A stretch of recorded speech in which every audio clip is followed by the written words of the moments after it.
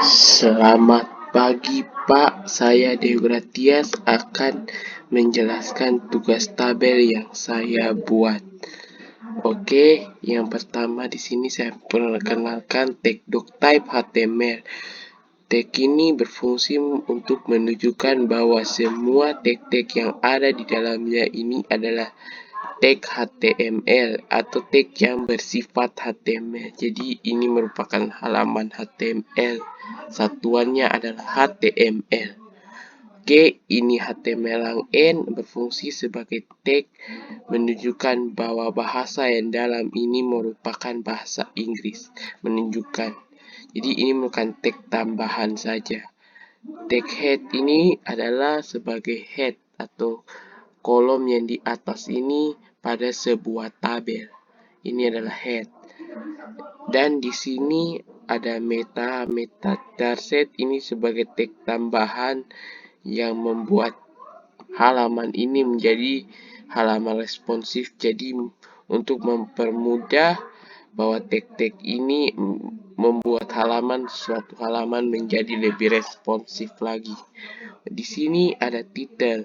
Title berfungsi sebagai membuat judul pada halaman HTML. Jadi di sininya di dalam head ini ada title. Dari sini juga ada link. Tag link berfungsi sebagai memanggil file-file eksternal seperti halaman, foto atau gambar. Di sini saya memanggil halaman style CSS. Jadi saya pakai atribut rel style sheet dan ref-nya saya panggil style CSS. Oke, sekarang kita ke body. Body adalah tag tubuh atau tag paling utama. Jadi semua yang ada di dalam sini itu semua berada dalam body. Dari sini ada H1 adalah tag yang membuat tulisan atau huruf atau judul atau semacamnya. Jadi ketika H1, H2 ke bawah itu hurufnya makin kecil. Di sini adalah H1 maka tulisannya lebih besar daripada H2, H3 dan seterusnya. Dan di sini ada paling utama dalam tugas ini tag paling utama yaitu tag tabel. Tag tabel ini berfungsi sebagai membuat susunan tabel atau sebagai pembuka bahwa tag-tag yang berada di dalamnya ini adalah sebuah tabel. Oke, sekarang di sini ada atribut border yaitu untuk membuat garis pada border-border yang ada di dalamnya. Dan ini adalah cell spacing yaitu atribut untuk membuat spasi antar sel-sel. Jadi di spasi-spasi ini di sel-sel ini ada spasi yang sudah diatur oleh atribut cell spacing. Dan sini value-nya 0. Dan ini cell padding merupakan atribut yang membuat sel jarak antar konten. Jadi di dalam sini ini merupakan padding. Jadi di antara sel-sel yang membuat jarak antar konten ini yang atur adalah atribut cell padding. Di sini value-nya saya kasih 10. Tag adalah tag yang berfungsi sebagai penanda bawah untuk membuat grup. Jadi dia seperti tag div itu, tapi di sini dalam tabel kita pakai tag. Jadi dia membuat head di dalam tabel. Jadi seperti div begitu.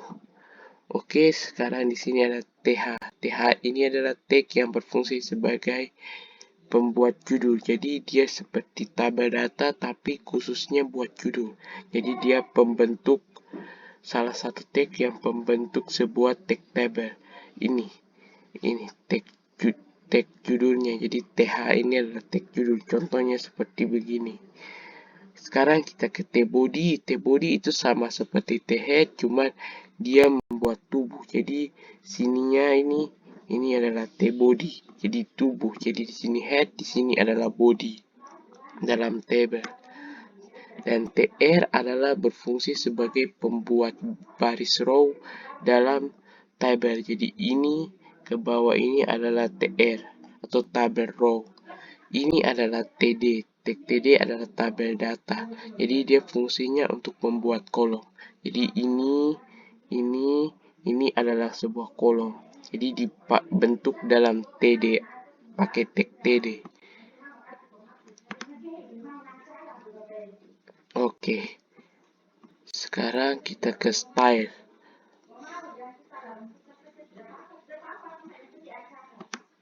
Oke, di style sini saya pakai selektor body, saya atur body dalam sini. Saya kasih margin. Margin fungsinya untuk membuat jarak. Jadi di sini ada marginnya. Jadi margin keseluruhan ini saya atur menjadi 0 dan padding membuat jarak antar konten dengan isi seperti kolom seperti ini itu semua menggunakan padding. Oke, sini ada table. Table itu fungsinya ya seperti tadi. Jadi ini selektornya.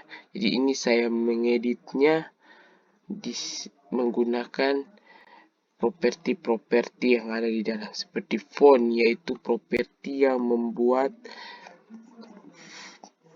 font dalam table ini berubah. Jadi sini saya pakai Arial, makanya font yang di dalam table ini semua adalah font Arial. Position adalah properti yang mengatur posisi. Jadi dia memanipulasi posisi yang ada dalam table ini. Posisi-posisi di sini saya menggunakan absolute. Jadi teks jadi dalam table ini dia seperti menggambang ini. Dia mengambang ke atas. Jadi bahasanya penjelasannya seperti begitu. Sekarang kita ke atribut margin top. Margin top adalah atribut properti yang berfungsi sebagai pembuat jarak di atas. Jadi ini yang mengatur jarak antar sini adalah margin top. Di sini saya pakai valuenya 50 px, makanya jaraknya seperti begini. Bisa ditambahkan, bisa karena saya pakai 50 px, makanya tagnya seperti begini. Oke, sekarang kita ke atribut top. Top adalah properti yang berfungsi mengatur jarak atasan antar tabel. Jadi dia sama seperti margin, cuman top ini lebih mengatur keseluruhan. Jadi top ini antara sini dia lebih luas jangkauannya daripada margin. Jadi top di sini saya pakai value-nya 50%. Makanya dia semakin kalau saya ubah lagi dia bisa tambahnya. Jadi dia bisa tambah jauh. Ya, seperti begitu teman-teman. Jadi dia mengambang. Jadi kalau kita tambah dia seperti ini. Left juga sama seperti top, cuman dia mengatur baris antar kiri dengan tabel. Jadi jaraknya ini diatur menggunakan left. Jadi saya atur fungsi saya atur. Jadi kalau saya ubah, nah jadi dia mungkin mirip seperti margin, cuman jangkauannya lebih luas. Jadi seperti itu. Oke, di sini ada transform. Properti transform berfungsi sebagai mentransformasi atau memanipulasi letak atau posisi atau semacamnya. Jadi align atau semacam format dalam table ini diatur menggunakan properti transform. Oke, di sini saya kasih jenisnya adalah translate, value translate. Jadi dia mentranslate atau menstabilkan bahwa table ini berada dalam sisi minus 50% dan minus 50%. Jadi dia atur antara top dengan bottomnya ini jadi sesuai dengan value-nya. Jadi dia seperti ini, 50% itu seperti begini. Oke, di sini ada border collapse. Border collapse adalah tag yang berfungsi membuat border yang lebih spesifik pada tabel. Jadi saya pakai value collapse, jadi dia seperti ini. Ini merupakan border collapse. Jadi tabelnya seperti membuat model. Jadi ini model collapse. Oke, sekarang kita ke width. Width adalah tag yang berfungsi sebagai membuat lebar. Jadi kalau jika kita membuat lebar seperti begini.